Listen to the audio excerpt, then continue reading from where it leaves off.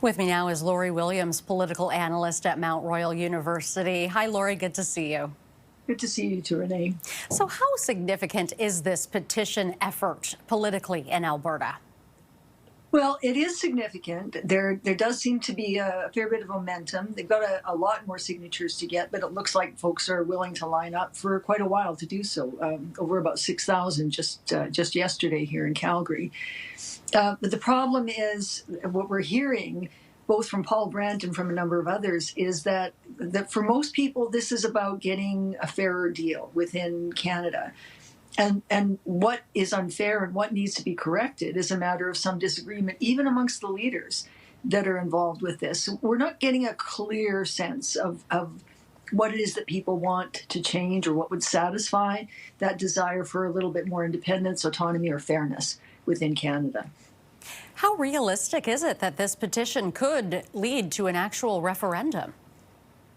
I think it's at a fairly high bar. It's about 178,000 signatures, and 6,000 here or 1,000 there. You've got to get a few of those to get up to 177,000. It's certainly possible that they could reach that threshold.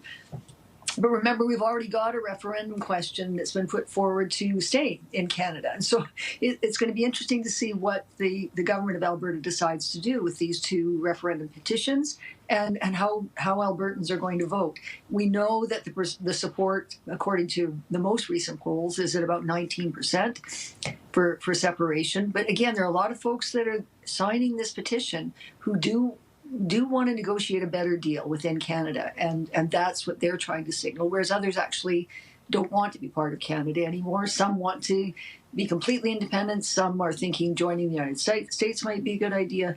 So as I said, amongst the leaders and to many of those who are actually signing this petition, it's not quite clear what they support. Separatist sentiment in Western provinces isn't a new thing. How would you grade Mark Carney on how well he is doing connecting with those Western provinces?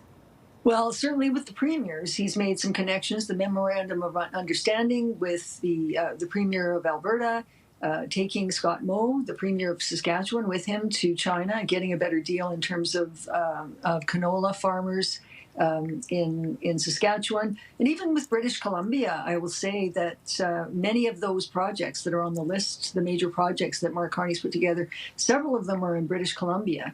And I think it's quite striking that Mark Carney is listening to and responding to folks in the West, even if it upsets somebody in central Canada like Doug Ford. Now, they've worked out those disagreements, but that's an unusual thing to be seeing from this part of the country.